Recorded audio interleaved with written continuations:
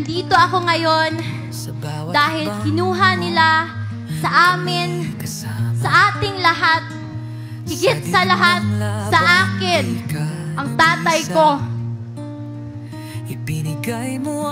Noong March 11, 2025, nasaksihan ko ang pagkidnap at pag-abuso nila sa tatay ko. Imbes na krimen, korupsyon at kahirapan ang pagtuunan ng pansin ng pamahalaang ito, inuuna nila ang pagsira sa pamilya ko at sa lahat ng kaalyado nito.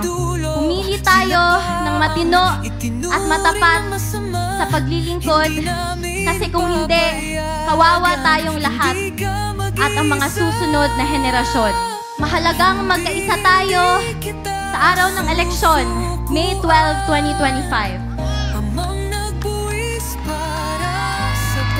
Suportahan natin ang PDP laban sa notorious slate o mas kinikilalang Duterte.